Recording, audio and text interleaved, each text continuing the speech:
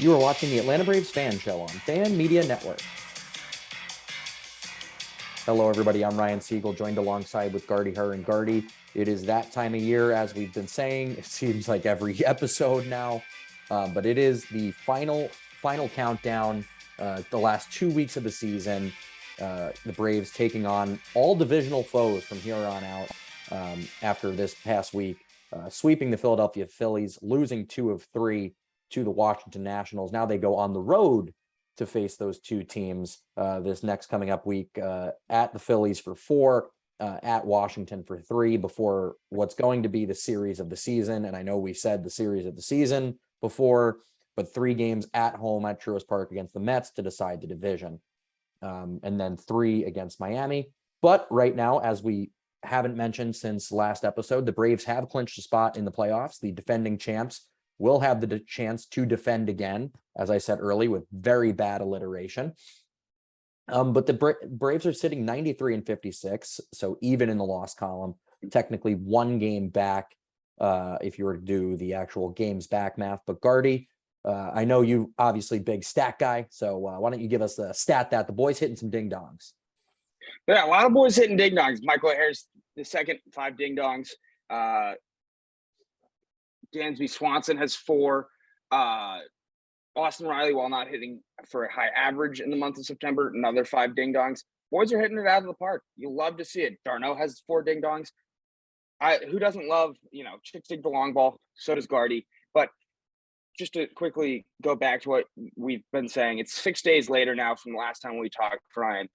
5-1, and they still sit tied in the loss column with the Mets.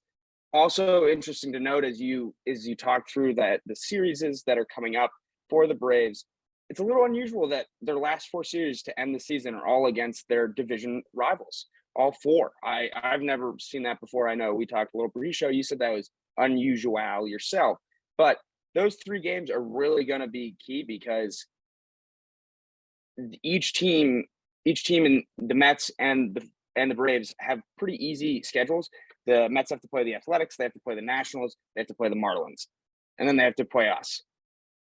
We know who we have to play.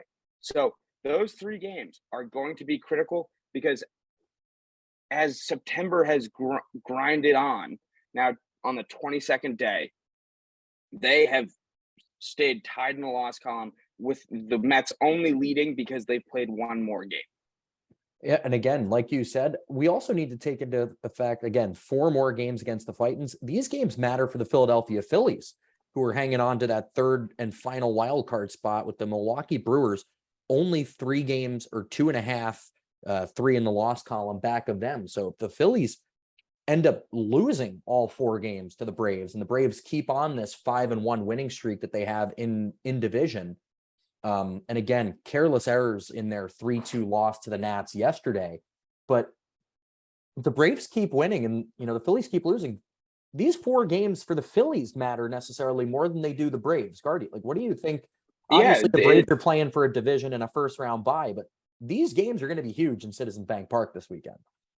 Yeah, the bank has to be electric if you're a Phillies fan, and if you're hoping that as a Philadelphia Philly.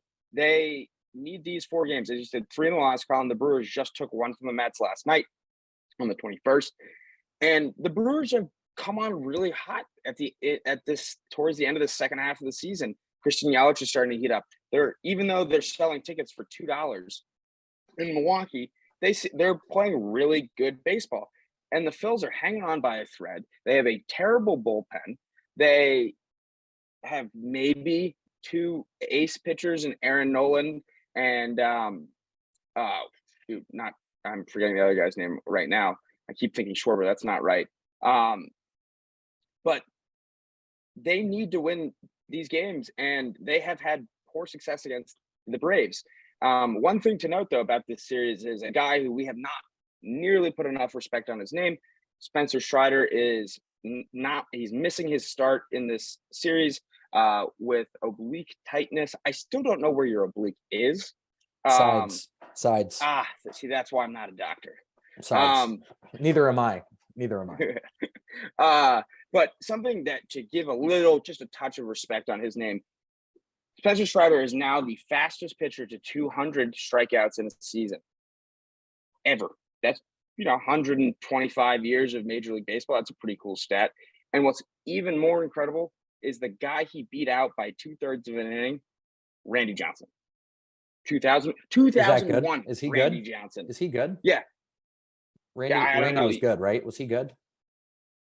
Yeah, I think so. Maybe. I think he I had a don't really know. cool name. Killed a bird with his fastball.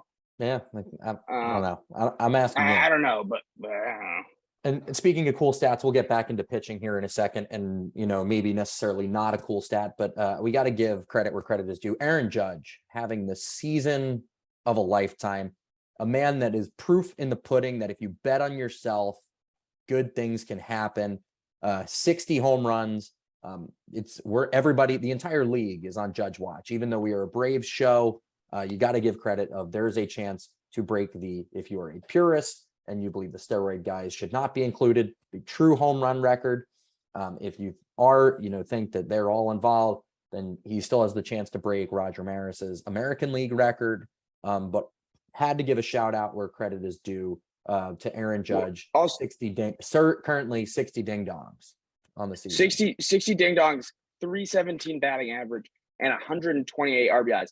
And the cool thing is if you go on MLB.com, ESPN.com, whatever place you get your statistical stats, he's leading in all three categories. And what is that, Ryan? That's called a triple crown last time I checked. And do you know how many people have won a triple crown since 1967? Not many. One, Miguel Cabrera in 2012. So here, I'm gonna read you this off. Miguel Cabrera, 2012. Carl Yastrzemski, 1967, with the Boston Red Sox. 1966, Frank Robinson with the Baltimore Orioles. And then Mickey Mantle in 1956, the last New York Yankee to do it.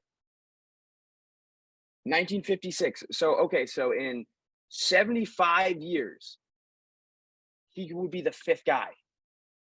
That's nuts. Yep. That is crazy.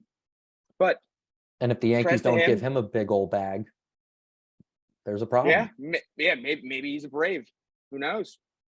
But speaking of interesting stats, and I know we've been kind of, stat heavy, kind of circling back to something that you and I had a pretty good debate about pre-show last week when we were talking about the rule changes.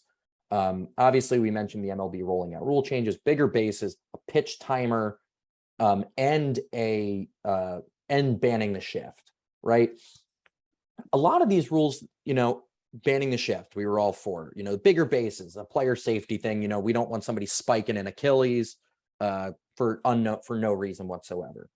Some of the rules came to pitch timer and stats, because we think about it, just to go back through it. The pitcher must begin his motion to deliver the pitch before the expiration of the timer. Pitchers who violate the timer are charged with a ball. Batters who violate the timer are charged with a strike. The batter must be in the box and alert to the pitcher. We still don't know the gray area of what alert to the pitcher means by the 8-second mark, or else they get charged with a strike. With runners on base, the timer resets if the pitcher attempts a pickoff. They're limited to 2 pickoffs, so either a step off or a pickoff attempt per plate appearance. It's obviously reset if the runner gets on base. If a third pickoff is made, the runner automatically advances if the pickoff is not successful. So it's still pretty gray area. I would assume if you pick the guy off on the third time and you get him, he is out. I would assume that's still the same based on how that writes. Great communication, MLB. Mound visits, injury timeouts, and offensive team timeouts do not count to disengagement. So if you keep that little caveat in the back pocket if you're a pitching coach. The team has used up all 5 of its mound visits prior to the 9th inning. The team will receive an additional mound visit in the 9th inning. This effectively serves as an additional disengagement, and umpires may provide extra time if warranted by special circumstances. Basically, if a catcher were to be thrown out on the bases to end the previous half inning, you get a little more time, obviously. So on the off chance that a catcher's stealing second, and then they got to run back to the dugout, get their catcher gear on, the umpires are allowed to give them a little extra time. But we talked about this. So let's hypothetically this, for 2 minutes here or so. If let's say the bases are loaded, somebody walks, the bases loaded. We got a 3-2 count, and you get tagged with a violation of the pitch timer. You get tagged with a pitch timing charge, and now you walk a runner in. Hold on, there's another one too. Don't forget about with the shift rule. With the two, you have to have your toes on the dirt, and then it's an automatic ball if your toes aren't on the dirt. It's a similar thing. Yep. So, was even the better. That was even the one better of yes. Yeah. If it counts as a ball. So let's say you get tagged as a pitcher, bases loaded, 3-2 count. This is even better. Somebody behind you doesn't have their feet on the feet on the dirt, and now you're getting tagged with a walk for somebody else. Does that count? Should that count as your earned run? As an earned run? I say no. I think if you as the pitcher are late on the pitch timer, 100% that's on you. But I think it's ridiculous how you're going to tell me that, let's say my third baseman's got it's checking out somebody in the his family in the stands and isn't on the dirt, and now I've got to that counts as an earned run against me. I don't know, Gardie. We have a minute or two to debate this. Yeah, well, so I think we have a philosophical difference here when we think about this, because the way I look at it is what happens when a pitcher gets relieved on the mound and he leaves runners on base. Those are still technically his runners. So even if the pitcher gives up or whatever, if a pitcher gives up the hits and the guy comes around and scores, the pitcher who's not even on the field anymore gets an earned run. So ipso facto, in my opinion, if the pitcher has gotten the bases loaded and it is his runner on third base, then it's an earned run for him. Because this is where we disagree. I think because at the end of the day, I think that if it's for a fielder, if it's a reliever coming in and gives up the pitch, you're telling me that you walk in a run now, right? That's considered an earned run because you walked the run in. But you're technically getting the earned run charged to you because somebody else stepped in. But that's my point. What if you get relieved in the same situation and a reliever comes in and walks the batter on 4 straight pitches? It's still your earned run, even though you had nothing to do. You have physically had nothing to do with it. You can't say anything, but because that runner is charged to you, it's your earned run. I think at the end of the day that I don't know. But then you also have the error argument. Yeah, because then you could go, okay, well, technically, should that get charged as an error rather than a ball? Because it's whether or not it's going to be how it gets charged. Is it going to be charged because technically it counts as a ball, but you're now charging the pitcher with an earned run for something for a pitch he never threw? Because that's my argument with look, if you want to tell me reliever comes in and takes care of it, okay. You want to tell me the pitcher is late on a pitch timer and that's an earned run? 100% in agreement on that one. The only way it works is if it goes down as an error and an unearned run. That's the only way. There has to be an error charged. Yeah. There's got to be something charged. I think if you're telling me it's the pitcher late, earned run. Yes. If it's a fielder that screws the pitcher, walk, error, walk, run. Or unearned run, an error charge to whichever fielder. But yeah, I agree. Anyway, we're out of time. With that debate, we could go on for hours. We want to hear from you, whether at home, on the road, in Truist Park, out of Truist Park. We want to hear from you. Maybe we'll have you on to tell the story. It's the last 2 weeks of the season. And thank you for tuning in to this week's Atlanta Braves Fan Show on Fan Media Network. To host a fan show or appear as a fan on a fan show, create a profile in Fan Media Network. Then look for the news page in our website and fan show resources page. Help yourself. We give show hosts a show graphic in team colors, a simple short show format, tips on pre- and post-production, ideas to get fans and guests on your show, Apple News distribution and show sponsorship sales and services to help featured show hosts earn money. Show hosts use our iPhone app to publish their shows. Our website supports Android users.